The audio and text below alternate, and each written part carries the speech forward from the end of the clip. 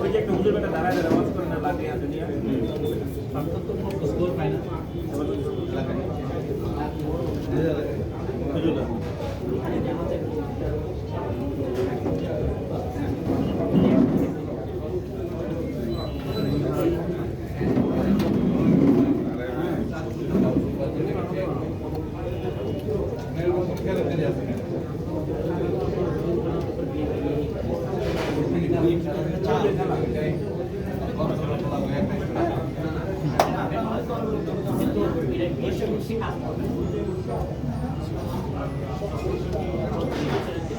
যেখানে ইচ্ছে এখানে ইয়ে দিতে পারে